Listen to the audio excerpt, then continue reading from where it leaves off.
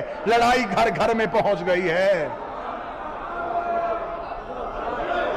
کچھ تو تدبر کرو، ایک لمحے چلے ابھی فیصلہ کر لیتے ہیں۔ میں دوستی کا پیغام لے کے آیا ہوں، میں محبت کی بات کرتا ہوں، میں امن کی بات کر لیتا ہوں۔ ہمیشہ گالی گولی وہاں ہوتی ہے جہاں علم نہ ہو۔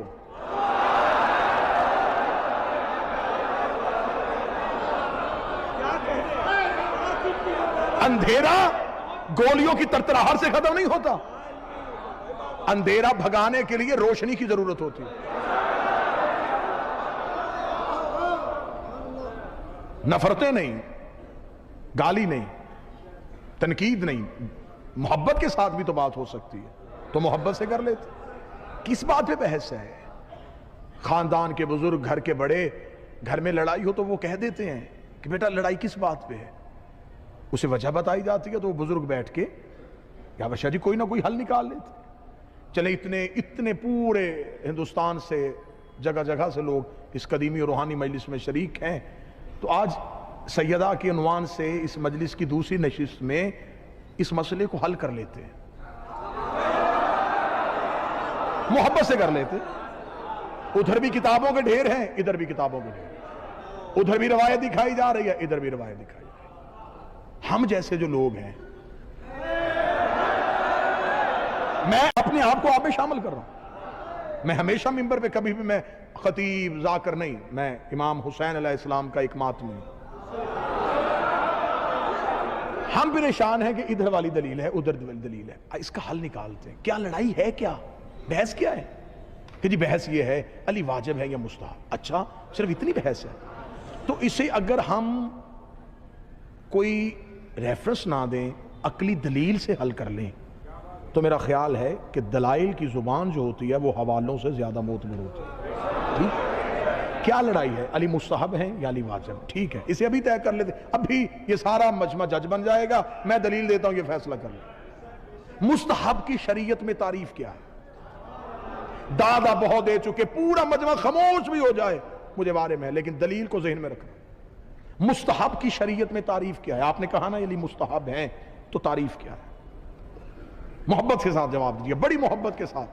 مستحب شریعت میں اس عمل کو کہتے ہیں جس کے کرنے سے نیکی میں اضافہ ہو، چھوڑنے سے عذاب نہ ہو۔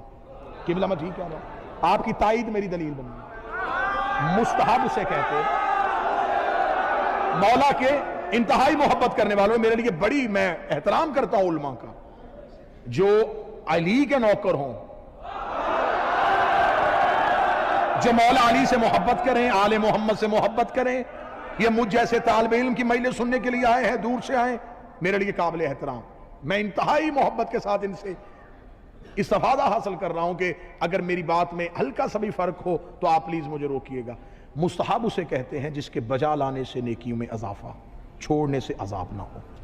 فجر کی نماز کی واجب رکعتیں 2 ہیں، نوافل پڑھیں تو مستحب ہے۔ رمضان کے روزے واجب ہیں، شعبان میں رکھے تو مستحب ہے۔ نیکیاں ملیں گی، چھوڑنے سے عذاب نہیں آئے گا۔ واجب اس عمل کو کہتے ہیں جس کے چھوڑنے سے عذاب آئے۔ مستحب کے چھوڑنے سے عذاب نہیں آتا، واجب کے چھوڑنے سے عذاب آتا۔ یہاں سے لے کے باہر بازار، روڈ، سکرینوں کے سامنے اور پوری دنیا میں انٹرنیٹ کے ذریعے جہاں جہاں یہ مجلس سنی جا رہی ہے، میں امام حسین علیہ السلام کا سب سے چھوٹا ذاکر ہو کے پوری شیعہ قوم کے سامنے ہندوستان کی اس مرکزی مجلس میں ہاتھ باندھ کے اپیل کرنے لگا ہوں، اگر علی مستحب تھا تو غدیر میں حارث پہ عذاب کیوں آیا؟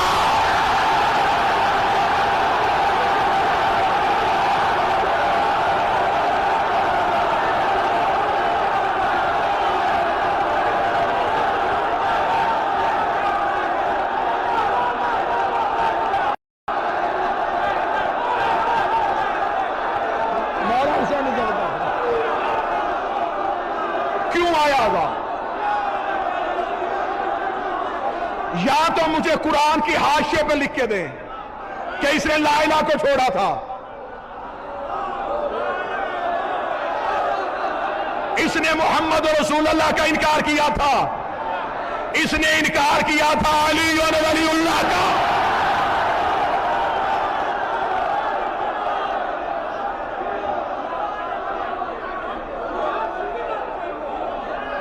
تشدد کسی مذہب میں جائز نہیں ہے، انتہا پسندی کی اسلام اجازت نہیں دیتا۔ آپ اپنی سوچ کسی پہ ٹھونس نہیں سکتے،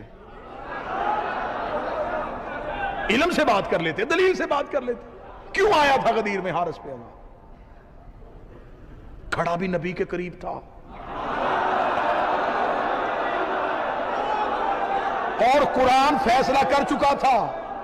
ابو جہل نے کہا تھا کہ ہمارے اوپر عذاب کیوں نہیں نازل کروا دیتا؟ رسول نے کہا میرے لیے عذاب بھیج۔ فرمایا کیسے بھیجوں، تو ان کے درمیان رہتا ہے۔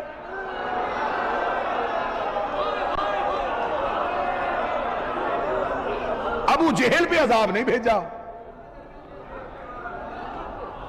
حارث پہ عذاب بھیجا۔ عذاب کیا آیا تھا؟ زمین پھٹی تھی، کیا لگا تھا؟ آپ سارے جانتے ہیں، آپ کیوں امتحان لے رہے ہیں میرا؟ پتھر آیا تھا، زمین سے ابھر کے لگا تھا، ہوا اڑا کے لے کے آئی تھی۔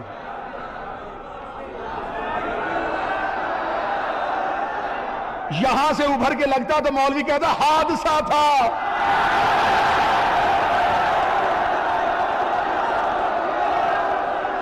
ہوا تیز چل رہی تھی، کسی نے پتھر پھینک دیا، حارث پہ عذاب وہاں سے آیا جہاں سے قرآن آیا تھا۔